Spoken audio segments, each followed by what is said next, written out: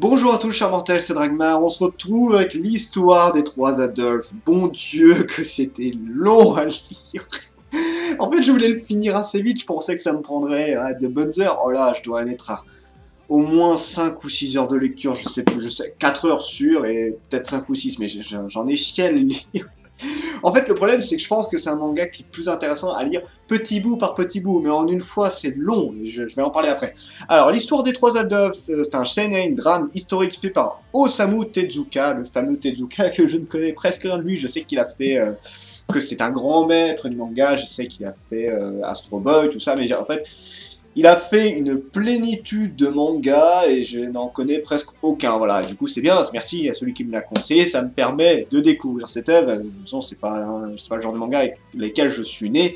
Donc forcément, voilà, c'est pas des mangas que je vais acheter moi-même. Il faut qu'on me les conseille pour que je puisse les lire, mais ça a été une bonne découverte. Donc, pour l'histoire, nous suivons, alors, plusieurs histoires, mais c'est surtout Toge qu'on va suivre, donc c'est un journaliste qui part à Berlin, donc en Allemagne, pour suivre les Jeux Olympiques, donc c'est en 1936, pour suivre les Jeux Olympiques, donc au moment où les nazis étaient extrêmement puissants, voilà, Hitler était au sommet de sa gloire, tout ça, et voilà, lui il y va juste pour commenter tout simplement son pays, ramener les informations, tout ça, voilà, il fait un travail de journaliste, tout ce qu'il y a de plus classique, personne vient l'emmerder, il fait juste son travail.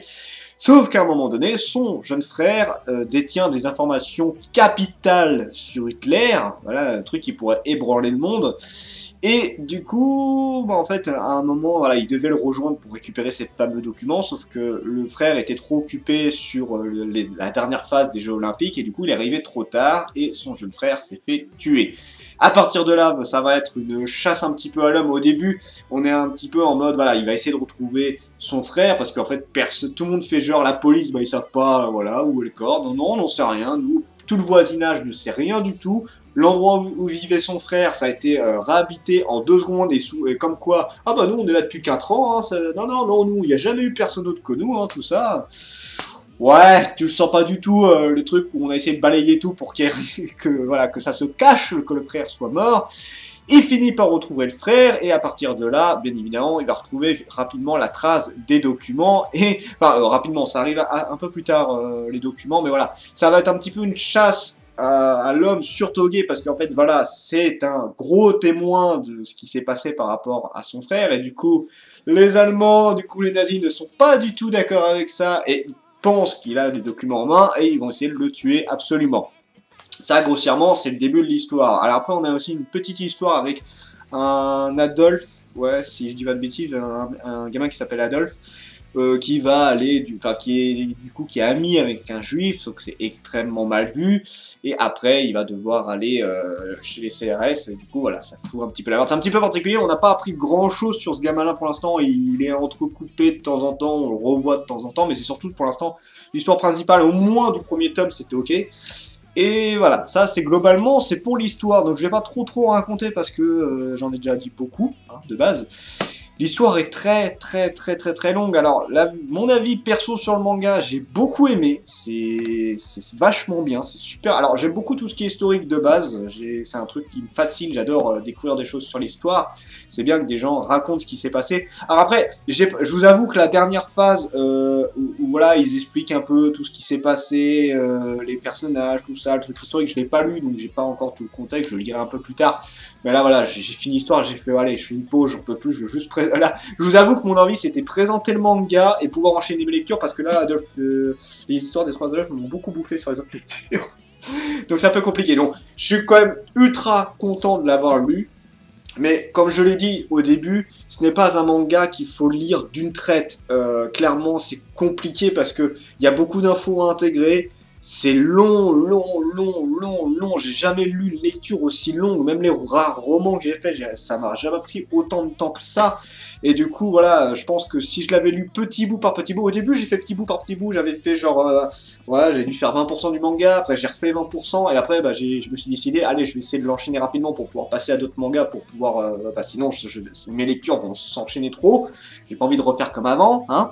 Et du coup, c'était très galère, enfin à la fin j'étais là en mode, allez, je suis presque à la fin.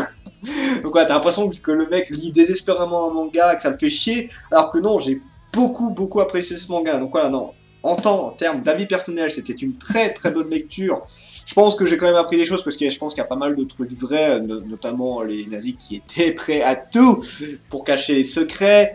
Alors l'histoire avec Adolf Hitler, je sais pas si c'est vrai parce que du coup moi je suis allé juste fouiller rapidement, j'étais curieux là-dessus et je suis curieux de beaucoup de choses du coup sur savoir si tout est vrai, si c'est je suppose que ça a été documenté, hein, qu'il y a quand même des trucs qu'il y a beaucoup de choses qui sont vraies, mais est-ce que l'histoire par rapport à Adolf, le fameux secret qu'on apprend dans le manga, je vais pas le lire, hein, mais du coup, mais est-ce que c'est vrai ou est-ce que c'est qu'une rumeur? Voilà, je sais pas exactement. Donc, est-ce qu'il faut apprendre, est-ce qu'il faut que je lise la dernière partie que je n'ai pas lue pour savoir, ou est-ce que quelqu'un pourra le dire dans un documentaire? J'en sais rien. J'essaierai de chercher un peu plus pour ma culture personnelle, on va dire ça comme ça.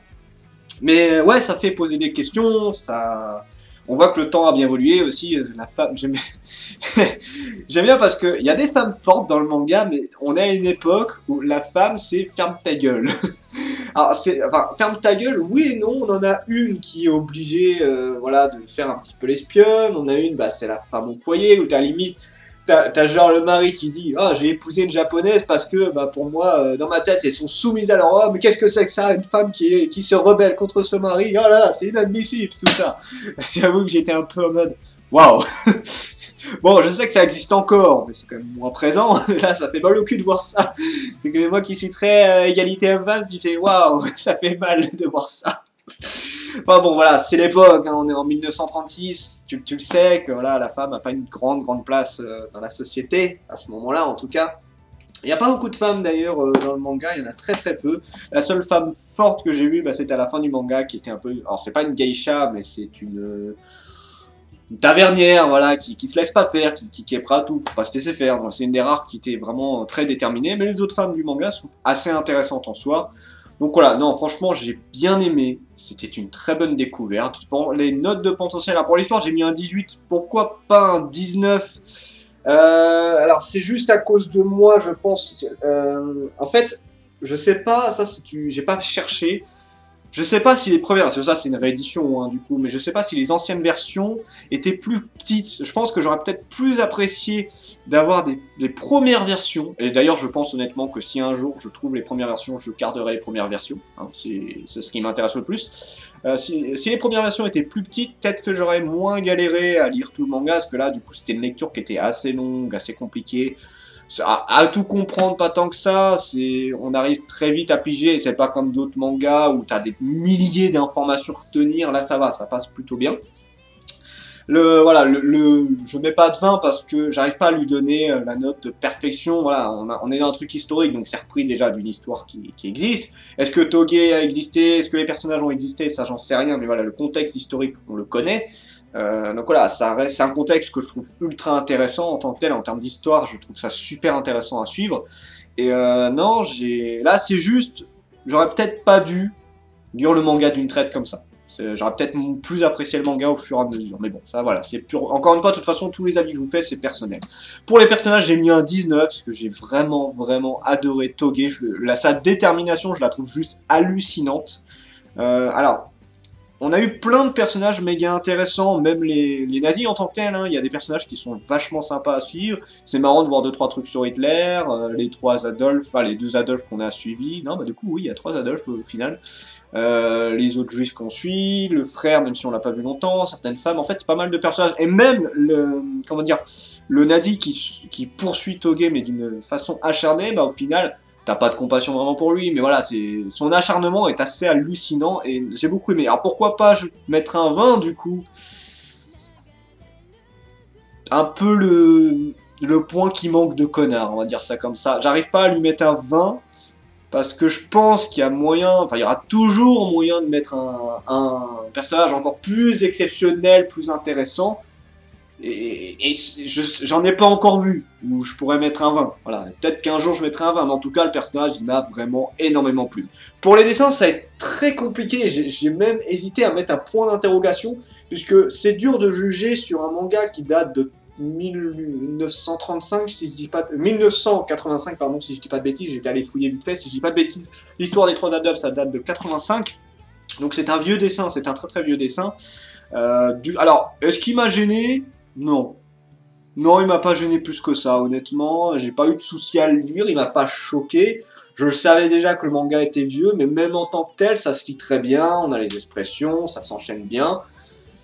Il m'a pas gêné, alors j'ai mis un 16, mais sans savoir comment le noter. Je peux pas lui, j'arrive pas à me dire, je peux te mettre une excellente note, je sais pas. Parce qu'en fait, je mets un 16 avec les 4 points qui manqueraient, dans le sens où le fait que c'est un vieux manga, que ça peut rebuter peut-être certains lecteurs, et je pense que ça peut rebuter certains lecteurs, à lire le manga. Le manga, je le trouve génial, mais les dessins, alors tu peux pas juger effectivement, parce que ça date, encore une fois, je ne peux pas reprocher le manga d'avoir des dessins vieux, voilà, il est vieux le manga tout simplement, mais je pense que ça peut empêcher certaines nouvelles générations de se dire, voilà, j'ai envie de lire le manga, je commence le manga, les dessins m'attirent pas des masses. Voilà, c'est purement personnel encore une fois, hein. Le manga il m'a pas gêné, les dessins sont très beaux, il y a beaucoup de détails, ça m'a plu, ça m'a vraiment beaucoup plu. Jusqu'où le manga peut aller, bah alors je sais pas, je crois qu'il reste un tome à lire, est-ce qu'il y a d'autres tomes qui vont sortir ou est-ce que c'est fini? Parce que j'ai vu que c'est fini en 4 tomes, mais est-ce que c'est 4 gros tomes comme ça ou est-ce que c'est 2 tomes à chaque fois et du coup le dernier tome c'est fini, j'ai pas trop regardé. J'ai mis un 18, parce que j'ai vraiment beaucoup aimé, et là, le seul truc dont j'ai un peu peur, et j'aurais toujours peur, c'est pour ça que je pense jamais mettre un 20 jusqu'où le manga peut aller, je sais pas comment ça va se finir. Est-ce que ça va être une fin méga intéressante, ou est-ce que ça va être proche de ce qui s'est réellement passé, est-ce que ça va être changé, je sais pas. Voilà, je mets un 18, et du coup ça fait un 17,75. Donc, encore une fois, l'histoire des 3 adoptes, j'ai beaucoup aimé, j'ai énormément aimé, je remercie énormément celui qui me l'a conseillé. Bon, je me rappelle qui me l'a conseillé, j'ai plus le pseudo, je vois qui m'a conseillé, je reconnais l'image. Donc, j'ai beaucoup aimé. À qui je pourrais le conseiller? Alors déjà, tous ceux qui sont fans d'histoire, lisez-le, c'est sublime. Et si vous aimez l'histoire comme moi, ça vous plaira énormément. Après, est-ce que je le conseillerais à tout le monde? Parce qu'il y en a plein qui me disent, voilà, c'est le maître, c'est Osamu Tezuka. Oui, mais moi, les auteurs, je les retiens pas en tant que tel. Vous voyez, même si je l'ai lu, je vais pas retenir Osamu Tezuka. Le nom me parlera pas. Et même des mangas que j'apprécie énormément, Cage of Eden, Erazen, Negima, j'arrive pas à retenir les noms des auteurs. Et voilà, pour moi, un auteur, c'est pas ça que je vais noter. Je note le manga en tant que tel. Voilà. Que ce soit un grand auteur, tant mieux. Hein, et je pense qu'il est reconnu par plein de gens, mais c'est pas ça qui va me marquer dans un manga en tant que tel. Donc voilà, je pense que ça vaut le coup d'être lu, il faut avoir la motivation si vous n'êtes pas fan d'histoire, il faut avoir une sacrée motivation. Mais en tout cas, j'ai beaucoup, alors je l'ai dit plein de fois, mais je le redis encore une fois, j'ai beaucoup aimé ce manga. J'achèterai pas la suite tout de suite, clairement, parce que c'est trop long à lire, et j'ai beaucoup de lecture. Si un jour je me rends compte qu'en termes de lecture, je suis à peu près correct, là j'achèterai la suite, s'il n'y a pas de souci. Mais le deuxième tome, pas avant un bon moment. C'était Dragmar, et je vous dis à la prochaine, chers mortels. 一秒一秒光る砂粒だね一粒もこぼせない忘れ